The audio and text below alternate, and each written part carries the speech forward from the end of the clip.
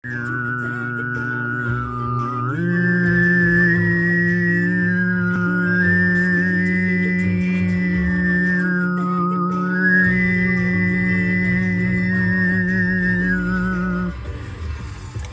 2, 11/9 today, November 9th, 11/9, originally 9/9. This was the day that Donald Darko Trump, Joker Jester, was erected in 2016, the 9th of the 9th ember, November. Originally the year was March through February. It used to go that way, aligned with the zodiac, before we were taken out of alignment with the zodiac and told that astrology isn't really, it's not really a real thing. But, our Bible God is the real thing, right? And our story's the real story. Sure, guys. We're showing you how Genesis is genetics. We're showing you reality. The light.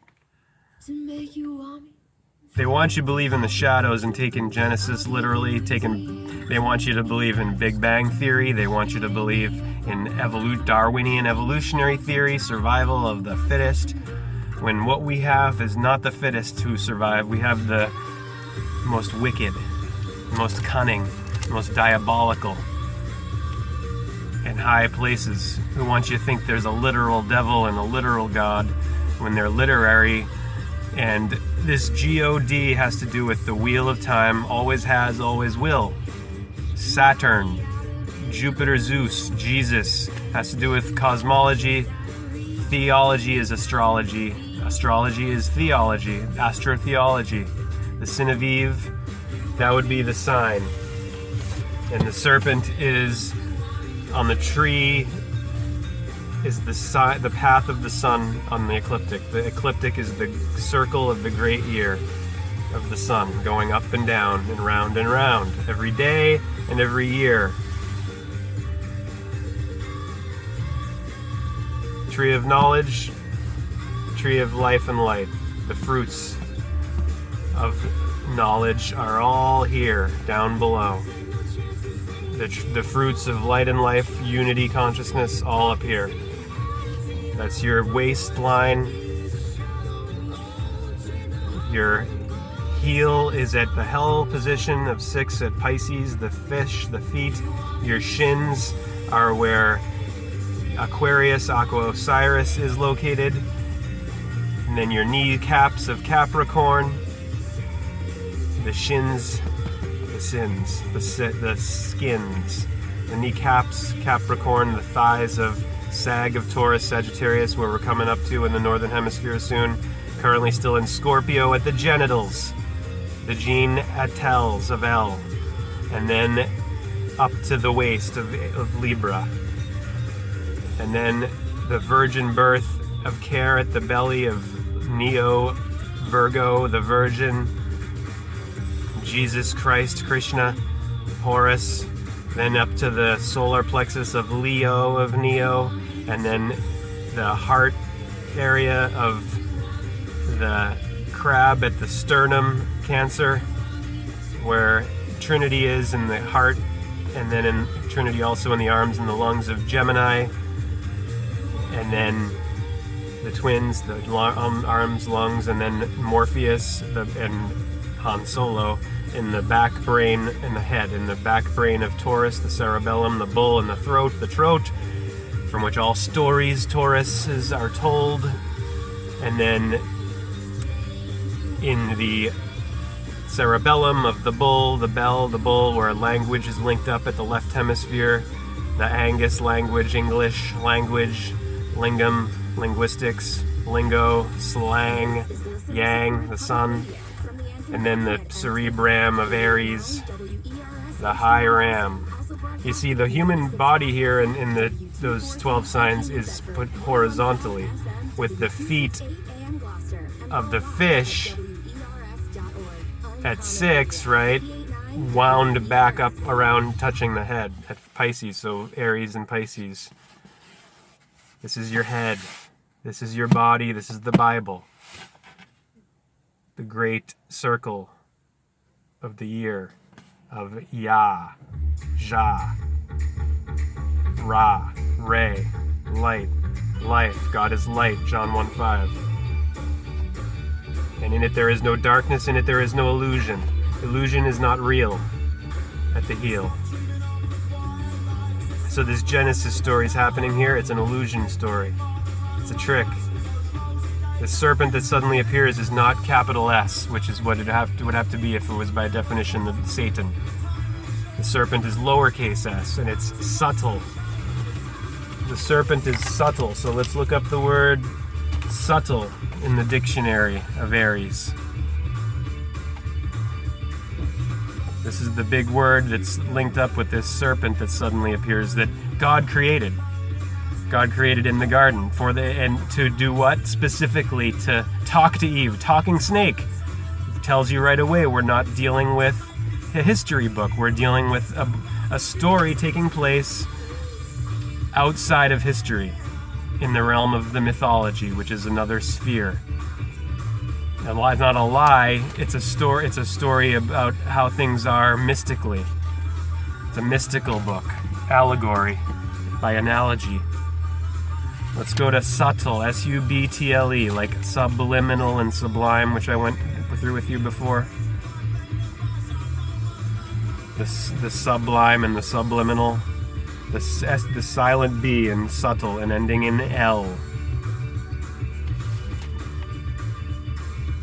S-U, sun.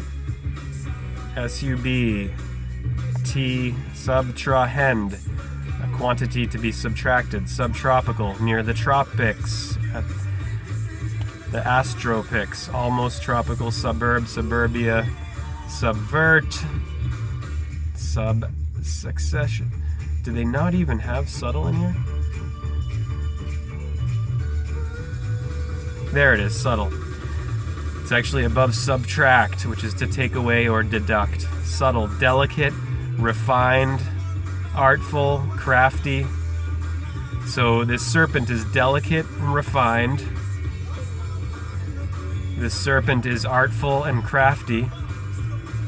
Slithering snake serpent on the soul, L-soul.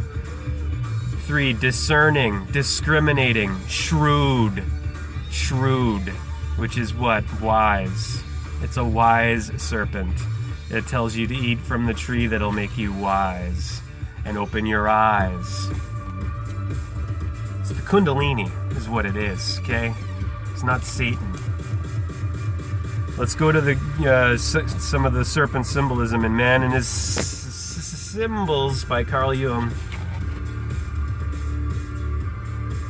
We're going to go to page, let's see, 76, of course. Let's go to 76. There's a lot of pages of the serpent, is a lot of serpent symbolism, breaking down of this serpent, telling you we're dealing with something important here, not something that should be just, taken. You shouldn't just be believing your ministers and pastors and their doctrine of the fall just from these few little freaking words in this book. Really, you're going to form a whole basis of everything around a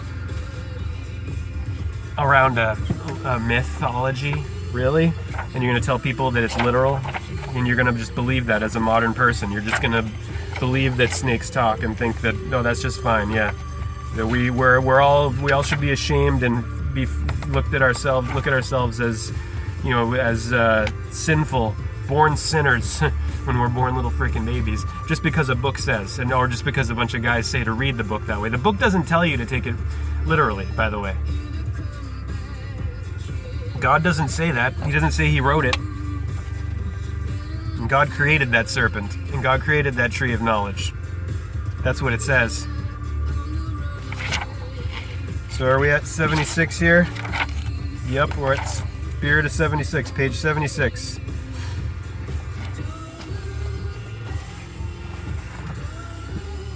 Let's go to read this part here with this imagery.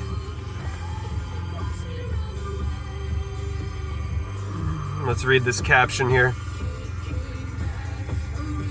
Some dreams seem to predict the future, perhaps due to unconscious knowledge of future possibilities. Thus, dreams were long used as divination, talking to the divine, getting messages from the divine. In Greek, the sick would ask the healing god Asclepios for a dream indicating a cure. Left, a relief depicts such a dream cure. A snake, the god's symbol, bites a man's diseased shoulder, and the god, far left, heals the shoulder.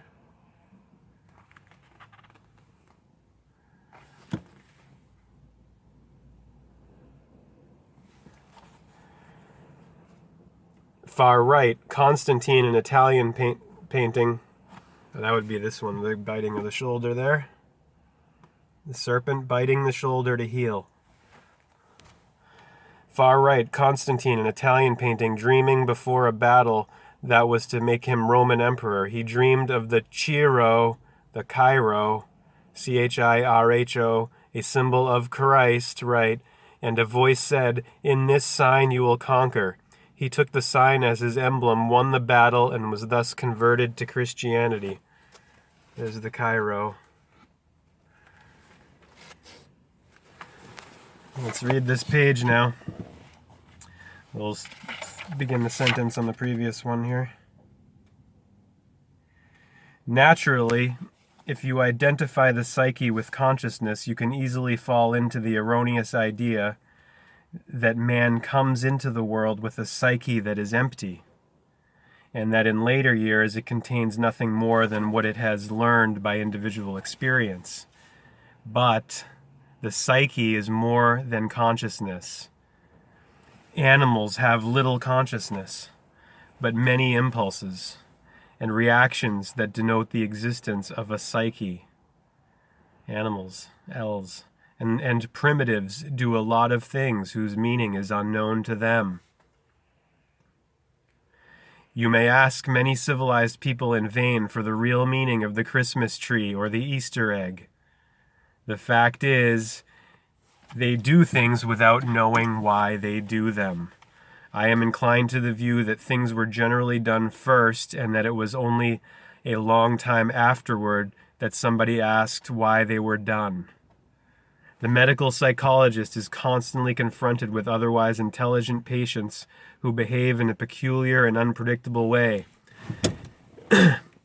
and who have no inkling of what they say or do. They are suddenly caught by unreasonable moods for which they themselves cannot account. Superficially, such reactions and impulses seem to be of an intimately personal nature, and so we dismiss them as idiosyncratic behavior. In fact, they are based upon a preformed and ever-ready instinctive system that is characteristic of man. Thought forms, universally understandable gestures, and many attitudes follow a pattern that was established long before man developed a reflective consciousness. It is even conceivable that the early origins of man's capacity to reflect from the painful consequences of violent emotional clashes. Let me take purely as an illustration of this point the bushman, who in a moment of anger and disappointment at his failure to catch any fish, strangles his much-beloved only son, and is then seized with immense regret as he holds the little dead body in his arms. Such a man might remember this moment of pain forever. We cannot know whether this kind of experience was actually the initial cause of the development of human consciousness. But there is no doubt that the shock of a similar emotional experience is often needed to make people wake up and pay attention to what they are doing. There is the famous case of a 13th century Spanish hidalgo, Ramon Lull, who finally, after a long chase, succeeded in meeting the lady he admired at a secret rendezvous. She silently opened her dress and showed him her breast, rotten with cancer. The shock changed Lull's life. He eventually became an eminent theologian and one of the church's greatest missionaries. In the case of such a sudden change, one can often prove that an archetype has been at work for a long time in the unconscious, skillfully arranging circumstances that will lead to the crisis. Such experiences seem to show that archetypal forms are not just static patterns. They are dynamic factors that manifest themselves in impulses just as spontaneously as the instincts.